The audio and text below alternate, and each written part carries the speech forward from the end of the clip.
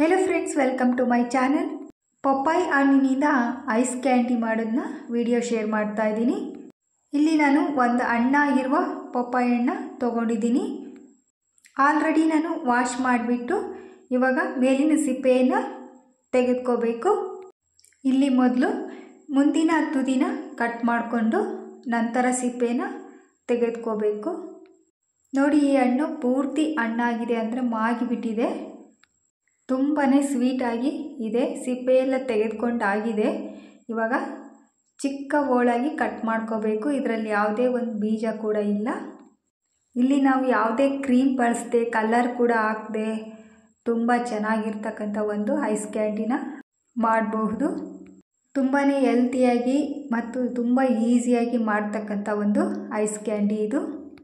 ನೋಡಿ, ಕಟ್ ಮಾಡಿ ಆಗಿದೆ. ಒಂದು ಮಿಕ್ಸಿ ಜಾರ್ಗೆ ಈ ಹಣ್ಣನ್ನೆಲ್ಲ ಹಾಕೋಬೇಕು.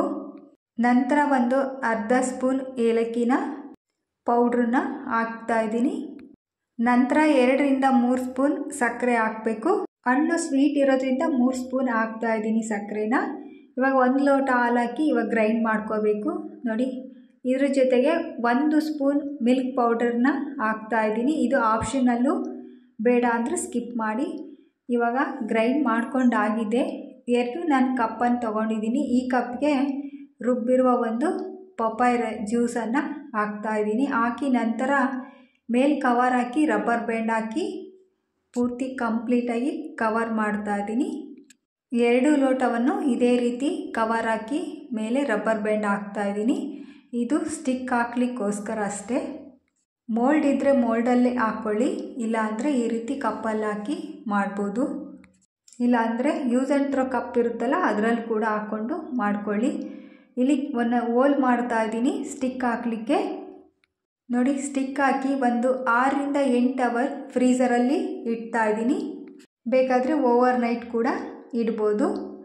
ಫ್ರೀಝರಲ್ಲಿ ಇಟ್ಟಾಗಿದೆ. ನೋಡಿ, ಇವಾಗ 8 ಅವರ್ ಆಗಿದೆ. ಓಪನ್ ಮಾಡಿ ಕೂಡ ತೋರಿಸ್ತಾ ಇದ್ದೀನಿ.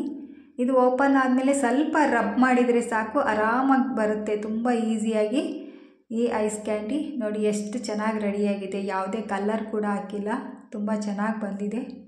ಆರಾಮಾಗಿ ಹೆಲ್ತಿಯಾಗಿ ಒಂದು ಒಳ್ಳೆ ಐಸ್ ಕ್ಯಾಂಡಿ ಇದು. ಪಪ್ಪಾಯಿ ಐಸ್ ಕ್ಯಾಂಡಿ ಮಕ್ಕಳಿಗೆ ಮಾಡಿಕೊಡ್ಬೋದು. ಇಷ್ಟ ಆದರೆ ಲೈಕ್ ಮಾಡಿ. Thank you.